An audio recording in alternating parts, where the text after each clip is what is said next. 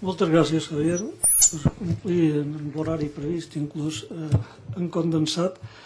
Bien, yo la pregunta que quisiera hacerla, porque nos ha dado pie cuando lo ha presentado sobre las infraestructuras, que lo dejábamos un poco para las preguntas, me gustaría saber su opinión sobre la cuestión de los almacenamientos subterráneos de gas para hacer frente a picos de demanda y una mejor gestión de la demanda, que nos repasara un poquito lo que tenemos y un poco lo que hay previsto. Ha tocado, sin ninguna duda, el punto débil del sistema gasista español. Los almacenamientos subterráneos han pasado a ser el punto débil porque en el sistema de retribución al que me he referido antes, que para mí es muy importante, porque un sistema de retribución que a un operador eficiente le permita obtener una rentabilidad razonable es la condición básica para que cualquier infraestructura sea acometida por la empresa privada, pues en el caso de los almacenamientos subterráneos no se daba. El Ministerio decidió que los almacenamientos subterráneos no tenían riesgo, o dicho de otra manera, tenían el mismo riesgo técnico que hacer un gasoducto o construir una planta de regasificación, y el resultado es que ninguna empresa ha estado interesada en hacer ningún proyecto. Después ha cambiado algo, la retribución la ha aumentado un poquito, y yo tengo mis dudas. Tengo mis dudas porque hay algún proyecto, que ahora los diré, que llevan muchos años asegurando que lo van a hacer, que en principio es un proyecto de los que tiene menos riesgo porque es convertir en almacenamiento subterráneo un antiguo yacimiento de petróleo, pero que yo no veo que avancen. Y mucho me temo que el problema es que deben seguir considerando que la retribución es insuficiente. ¿Qué almacenamientos tenemos en España? Pues tenemos un almacenamiento, el más grande, que es Gaviota, que es un antiguo yacimiento de gas que está en el mar, frente a Bermeo, y que tiene pues algo más de la mitad de la capacidad total de almacenamiento de España. Tenemos dos yacimientos, aunque siempre se habla como si fuera uno porque están al lado, en Serrablo, en realidad son dos yacimientos distintos, que eran otros yacimientos de gas antiguos, más pequeños, y luego tenemos algunos pequeños yacimientos en el Valle del Guadalquivir, pero que no están incluidos en el sistema. Y en cuanto a proyectos, Enagas tiene uno muy importante en Guadalajara. Este almacenamiento es en un acuífero, y estos son los que tienen un riesgo más elevado. Y el riesgo más elevado está en que, como no se ha producido nunca en la estructura geológica una presión de los 200 o 220 bares que tiene un almacenamiento subterráneo, pues nadie sabe, a pesar de toda la sísmica que se haya hecho y de todos los estudios, si cuando se aumente la presión en algún sitio se produce una pequeña falla y el gas empieza a escapar.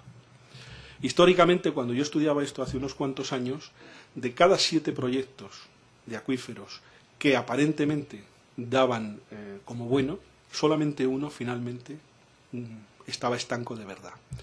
Por supuesto, en los años que ha pasado desde que yo estudié esto, la tecnología ha mejorado.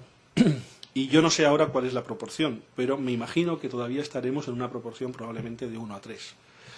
Lo cual quiere decir que tenemos un riesgo probablemente del 50, 60, 65% de que este yacimiento luego no funcione. Y eso, pues realmente para la falta de capacidad que tenemos, sería un aspecto muy importante. Luego hay el otro proyecto que me refería es el proyecto Castor, que es el antiguo yacimiento de Amposta, que está también en el mar, está justo enfrente del límite en el mar, del límite de las comunidades de Cataluña y Valencia. Y bueno, realmente si sale, por supuesto, en teoría es el que tiene mejores condiciones para no tener riesgo técnico. Si sale podría ser un yacimiento, un almacenamiento tan grande que podría duplicar la capacidad que tenemos ahora. Y bueno, pero lo cierto es que no avanza al ritmo que cabría esperar. Y yo no tengo la información, lógicamente, para saber cuáles son los motivos. Si los motivos es la retribución, tiene solución a más o menos plazo. Si los motivos es que tiene algún problema técnico, pues entonces mal asunto.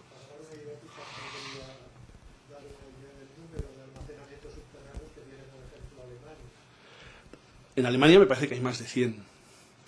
Y bueno, para que se hagan una idea sobre también los miedos que hay quien tiene a los almacenamientos subterráneos, uno de los almacenamientos subterráneos está debajo de la ciudad de Berlín. Pero físicamente debajo. y no pasa absolutamente nada. Pero es verdad que hay una contestación social importante cuando se va a hacer un almacenamiento subterráneo.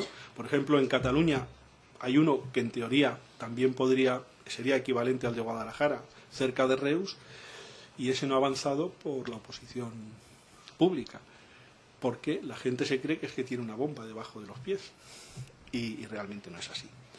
Pero el problema que nos da esto, ¿cuál es? Pues significa que tenemos menos gas para atender las puntas de demanda. Eso en España lo corregimos aumentando la capacidad de regasificación.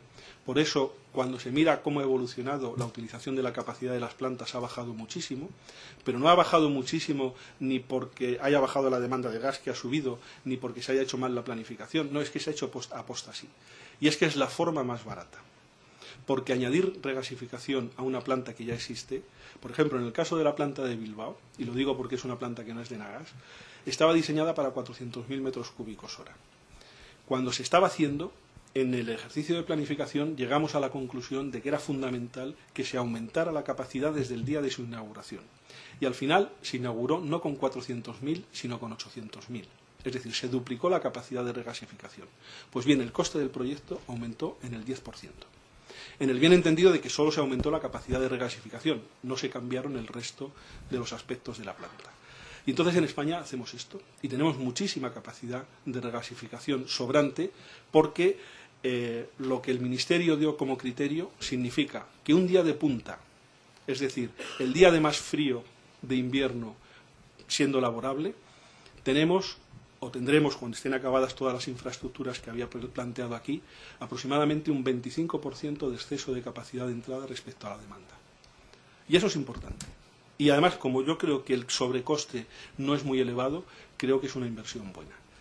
Pero, sin duda alguna, los almacenamientos subterráneos son un problema.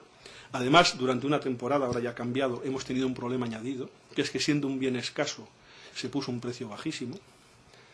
Y todos los que han estudiado economía saben lo que pasa.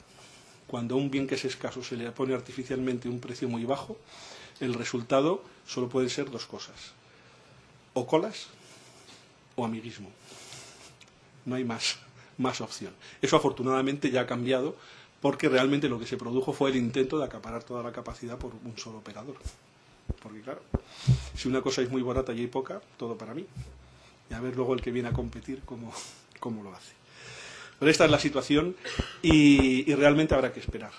Enagas, desde luego, sigue haciendo el proyecto de Guadalajara, pero yo sigo teniendo el interrogante de si técnicamente no nos llevaremos un disgusto.